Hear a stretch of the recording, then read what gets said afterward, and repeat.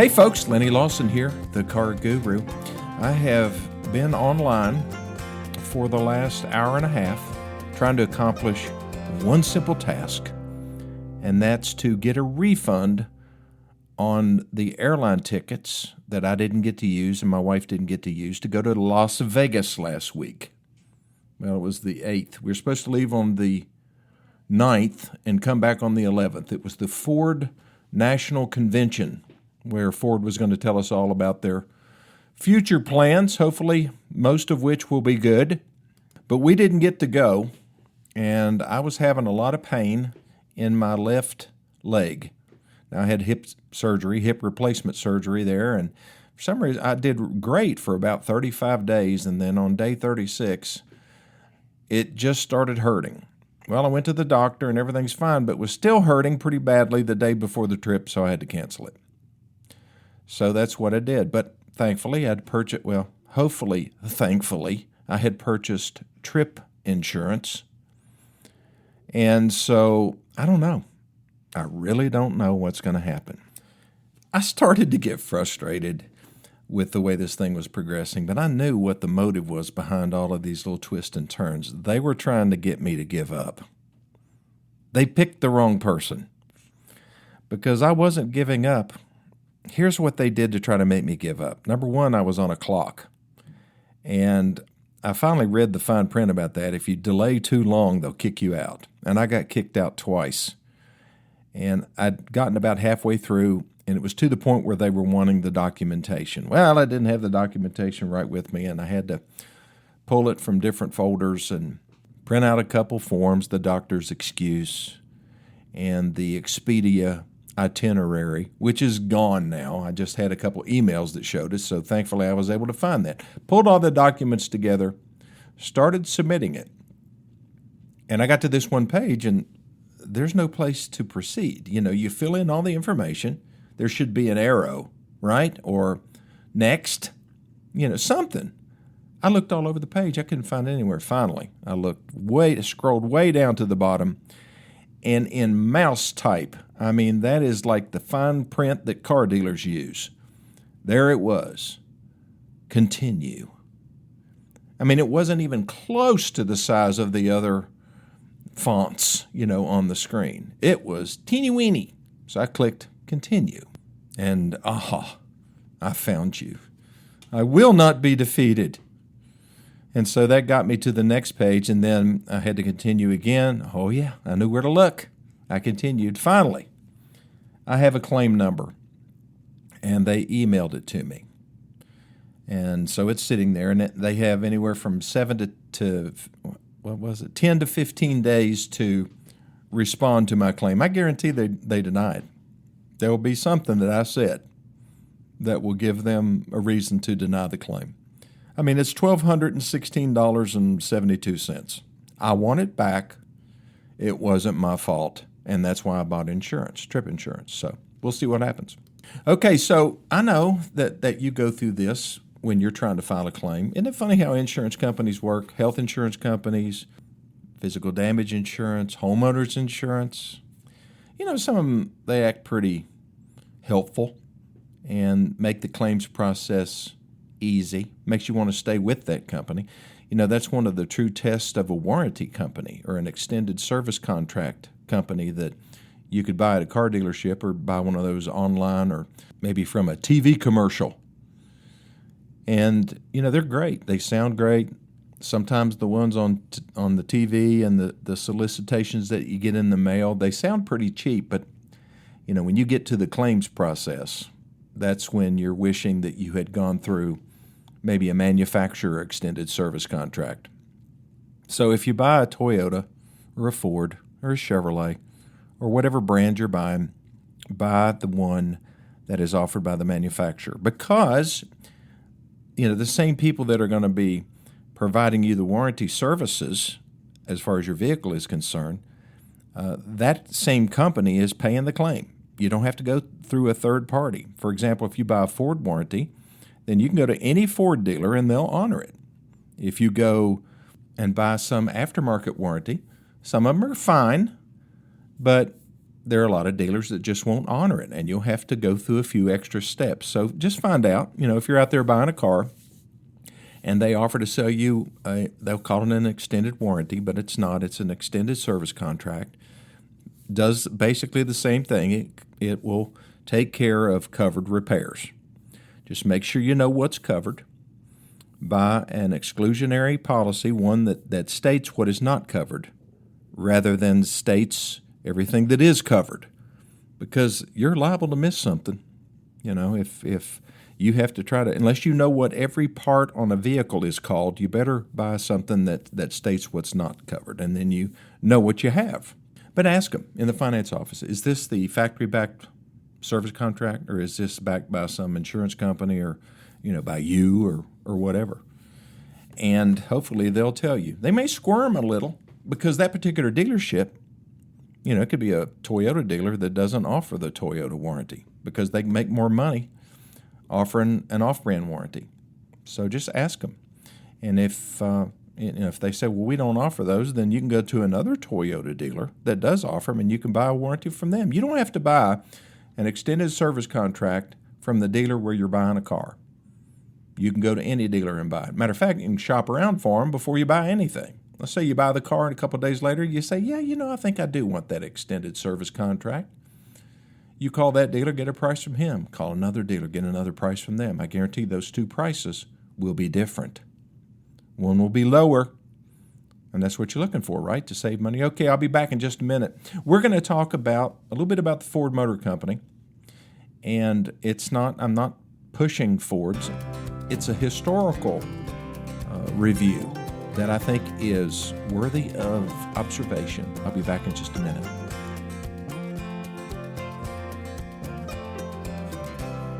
Okay, I'm back talking about Ford. Saw some disturbing news.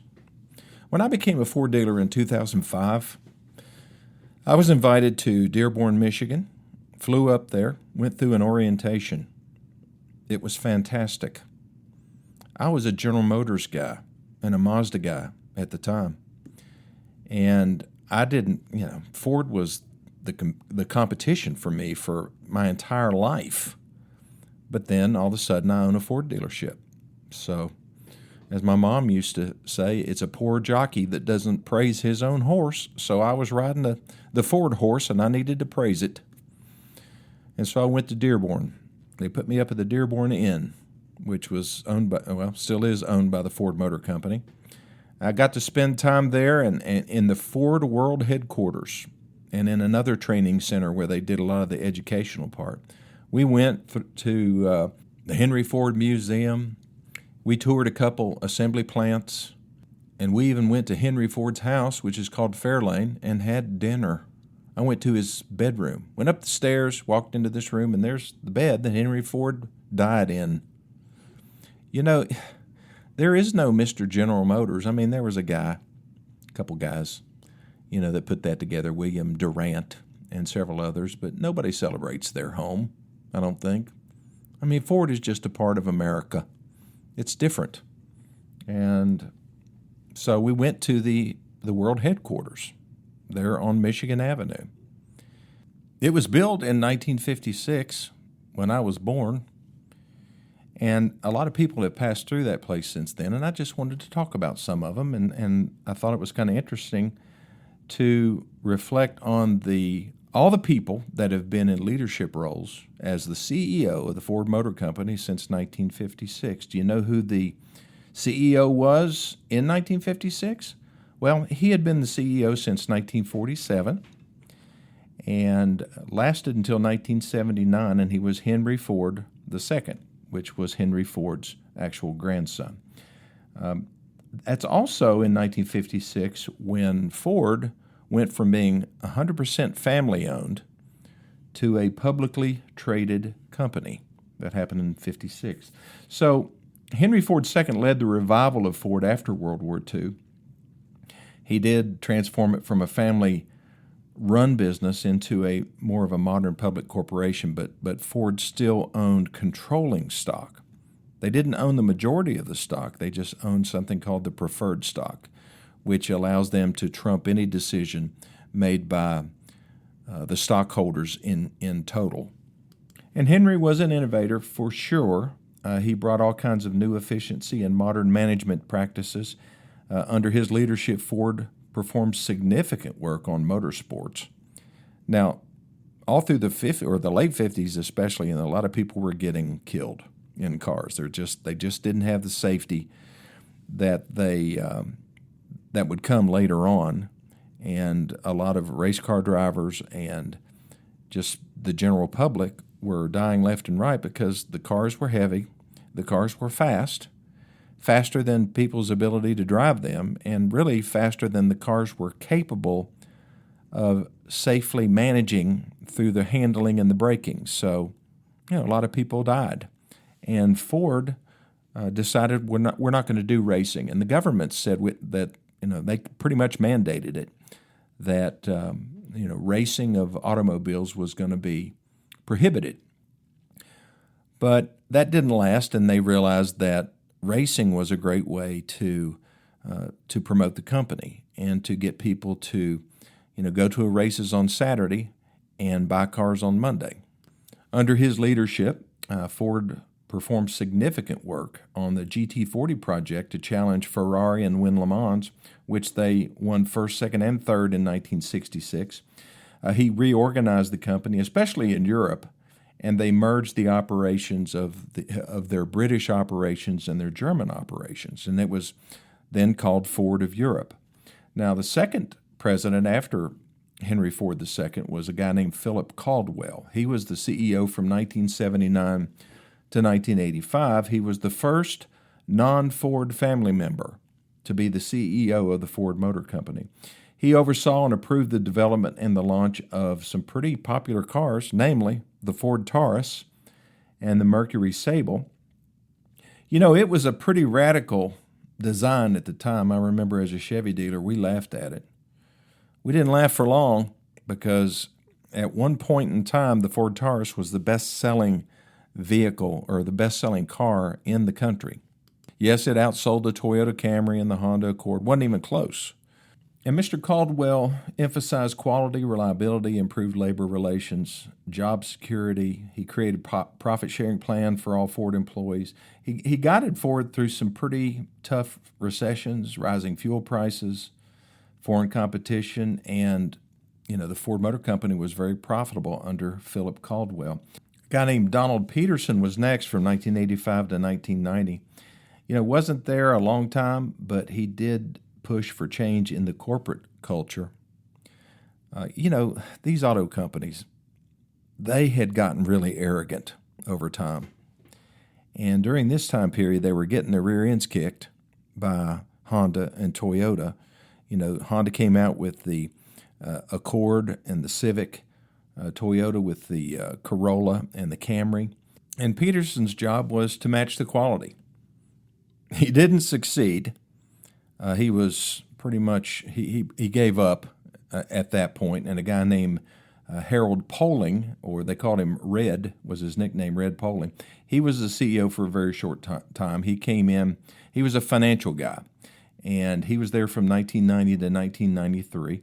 He did help Ford steer through 2 back-to-back recessions, and he had a background in European operations and was also instrumental in returning Ford's North American operations to better profitability, which kind of turned out to be a blessing and a curse because of the next guy to come along. His name was Jacques Nasser. Now, he was the CEO from 1999 to 2001.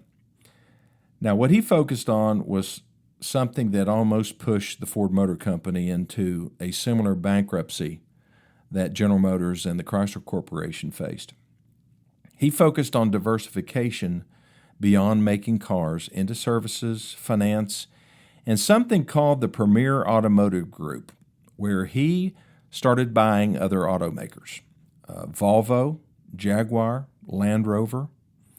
They already owned Mazda, and he tried to turn Ford into a conglomerate that would rival General Motors. He dealt with some pretty high-profile situations. You may remember when the Firestone tire debacle happened with the rollover situation that they were having with Ford Explorers, mostly in hotter climates, Texas, Florida. But they were having blowouts of Firestone tires, and then the vehicles would roll over, and a lot of, I don't know how many people exactly died, but it sure blew up in the press. And Ford attacked Firestone. Firestone attacked Ford. And that was so ironic because Harvey Firestone and Henry Ford were like best friends. Well, Thomas Edison was thrown into the crowd. They were called the Vagabonds, and they used to travel all over the country on these big excursions. I've talked about them in the past, but yeah, they were big buds, and Firestone and Ford were kind of connected at the hip, but this broke them apart and caused a great divide between those two companies. But then came William Clay Ford Jr., and Bill Ford was the CEO from 2001 to 2006. He oversaw the company during a transitional period. He was the first Ford to come back in and get involved, or the Ford family member to come back and get involved in the company. He had been involved. He was the chairman of the board at the time and decided to take over the company. But under his leadership, there was an emphasis on refreshes, which the Ford Motor Company desperately needed to refresh some of their products, and also global coordination. But he preceded the Great Recession era and laid some groundwork for later restructuring that Alan Mulally, who was the next CEO, would come and be able to take advantage of. Now, Alan Mulally, I don't know if you've ever heard of him, but he saved the Ford Motor Company. And he created a scenario where Ford was able to survive without taking any government bailout money. He was the CEO from 2006 to 2014. I actually remember a trip to meet him. It was not just me, but the entire Ford dealer body flew to Dearborn, Michigan, and went to the, I don't remember what it's called, where the Lions play football, Detroit Stadium, I guess. But yeah, we went, and the entire floor of that stadium and a lot of the stands were covered with Ford dealers and Ford representatives, and they were there to hear Alan Mulally lay out his plan for saving the Ford Motor Company and to fire everybody up. So he came in, and one of the first things that happened with Alan Mulally is he went to Ford World headquarters. He was actually driving a Lexus when he showed up at the company, and they said he had a parking pass, or they sent him a parking pass that would get him to the main parking garage, which resides underneath the Ford World headquarters. He goes in, and he drives in, and he starts looking around. And he didn't see any Fords.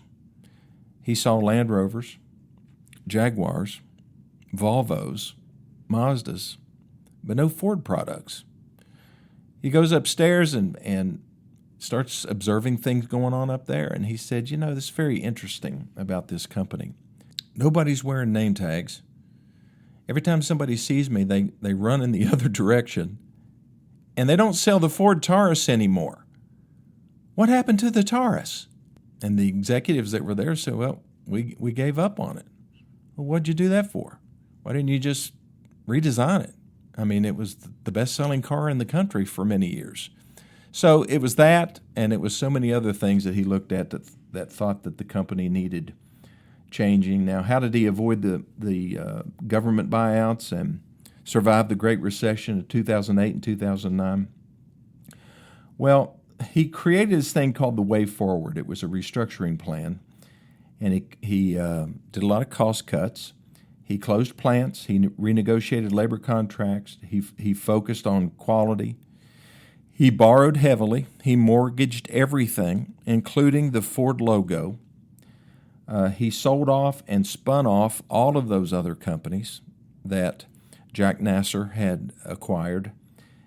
Jaguar, Land Rover, Volvo, even Aston Martin, all of them were shed.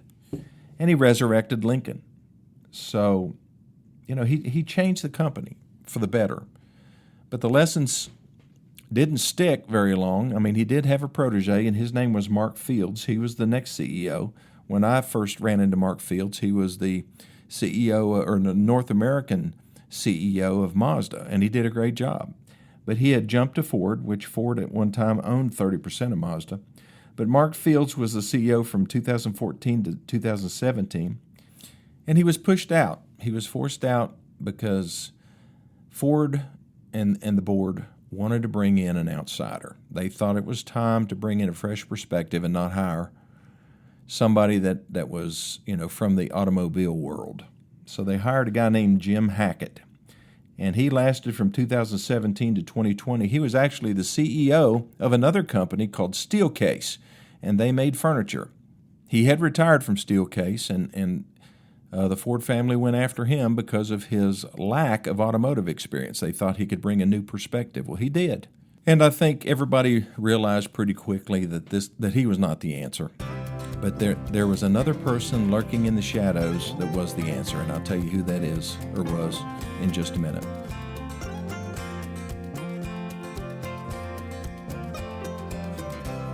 Okay, so who was this person in the shadows, this employee that had been with the company for some time? He had come from Toyota, had a long career with them, and everybody thought that eventually he would be the head of Toyota in North America. But Ford was able to pry him away, and it was primarily because of his family background with the Ford Motor Company. This gentleman's name is James D. Farley, Jr., Jim Farley. You may remember Chris Farley, who was famous from Saturday Night Live, and Tommy Boy. It's his first cousin.